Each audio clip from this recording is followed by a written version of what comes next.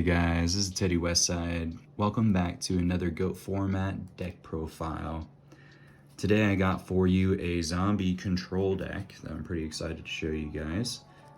So a lot of fun to play, so let's get right into it, okay? We're going to start out with quite a heavy tribute monster lineup, and I'll explain that in a little bit.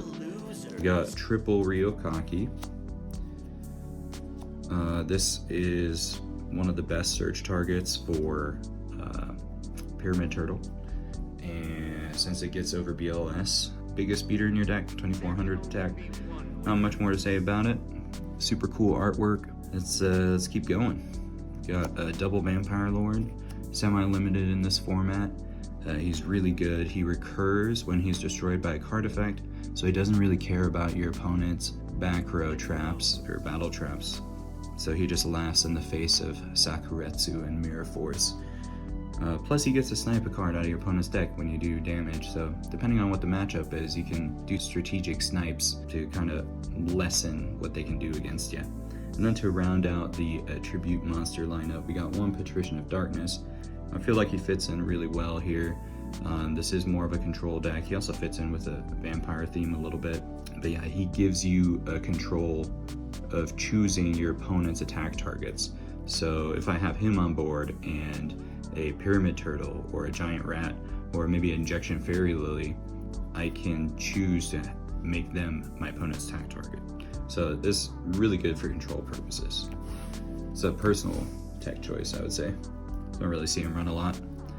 Then for searchers, obviously in zombies, you gotta run triple Pyramid Turtle, best searcher in GOAT format. Not much else to say about this guy, but he pairs really well with Giant Rat.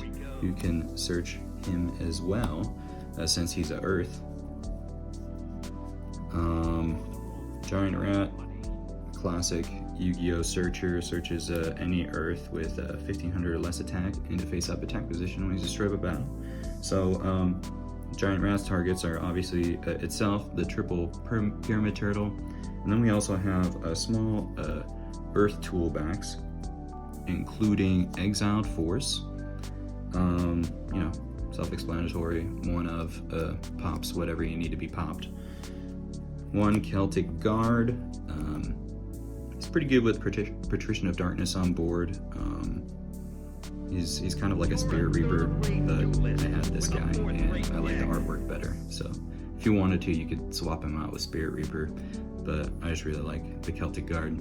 Very nostalgic. And then to round that out, we got the biggest, most badass monster in the deck, Injection Fairy Lily. This thing will get over anything and gets under Gravity Bind. If you're running zombies and you're running all the searchers that I am, you gotta run this card because this will just save you duels. You know, this will get over anything you have problems getting over. Then to round out the monster lineup, we got 3 hand traps. Only real hand trap of the format is Kuriboh, so run 3 of him.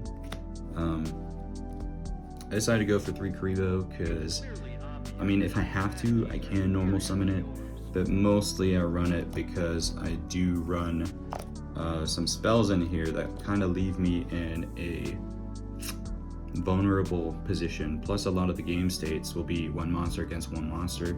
Kuriboh will come in very clutch sometimes. If you have a few life points left and you're just like, okay, I protect my life points, discard Kuriboh, might win you the game.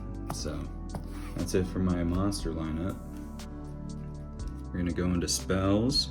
We have Graceful Charity and Pot of Greed, standard GOAT format. Now we're getting into the fun stuff. So we're running a triple Tribute to the Doomed. Great monster removal. I'm not running Noble Knight of Crossout or Noble Man of Crossout because this card can do face downs and face up monster cards. Plus it gets me a zombie in the grave, which I can recur later because I have a lot of graveyard revival spells in this deck. To go along with the Tribute of the Doomed, we also have 1 Lightning Vortex. Again, same concept except for all face-up monsters on your opponent's side of the field. So this just keeps your opponent's field clear of troublesome monsters. And we got the triple Book of Life. Revive a zombie from your grave and banish a monster from your opponent's grave. So the unfortunate thing about this is that your opponent has to have monsters in the grave, which is pretty easy to set up in this deck with cards like Vampire Lord. But the best part about this card is, you know, sometimes that banish from your opponent's grave, because if you're, for example, in like a chaos matchup and they're relying on the graveyard, you can snipe the targets in their graveyard into the banish zone and prevent them from special summoning their chaos monsters. So there's 3 revival spells for zombies specifically, and then of course we got 1 premature burial to you know, get back whatever. Alright, next we have a very heavy control lineup of spells. We have 1 snatch and double creature swap.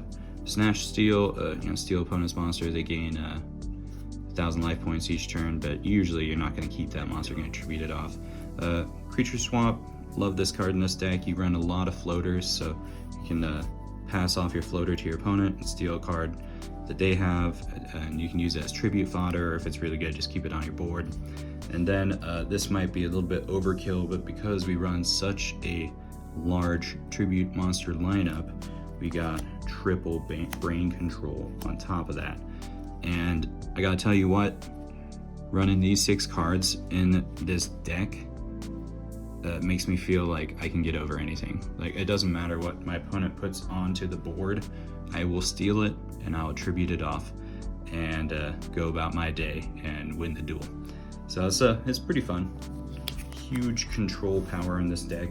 Then to round out the spells, and also the reason I run Kuriboh, is we got triple Cold Wave. And yes, Cold Wave is legal at 3 in Go format. Absolutely insane card. Love opening it. Man, like the only downside is that you can only activate it at the start of your main phase 1. So you can't do, you're kind of stunning yourself a little bit with spell and trap use during the turn that you use this, but you're basically locking your opponent out of even setting any spells or traps if you play this turn 1, and then you're free to do whatever during your turn 2.